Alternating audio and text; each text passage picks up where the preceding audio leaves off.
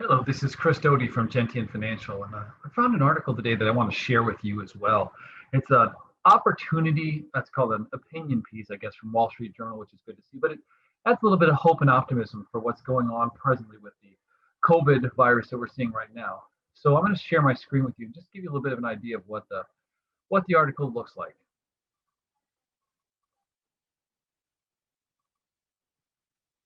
So what's interesting here, and you'll notice about this, is first of all the shield effect of what's happening with COVID. And this is an interesting piece. So let me give you, and I'll read a bit from it for as well.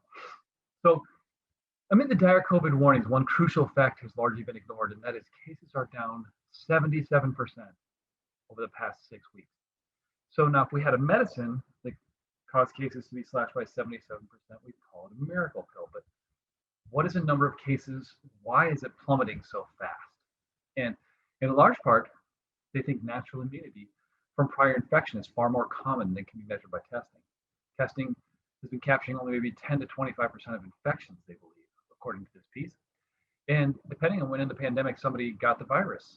So applying a time-weighted average capture of 1 in 6.5 cases, the cumulative 28 million cases that have been confirmed would mean about 55% of Americans have natural immunity. So interesting, you look at that, that's over half the population. Now add in the people who've been vaccinated, which as of this week, about 15% of America.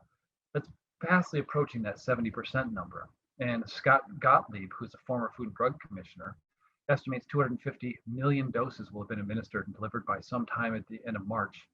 And there's reason to think that the country is racing toward an extremely low level of infection. As more people have been infected, most of them have mild or no symptoms, there are fewer Americans left behind to be infected.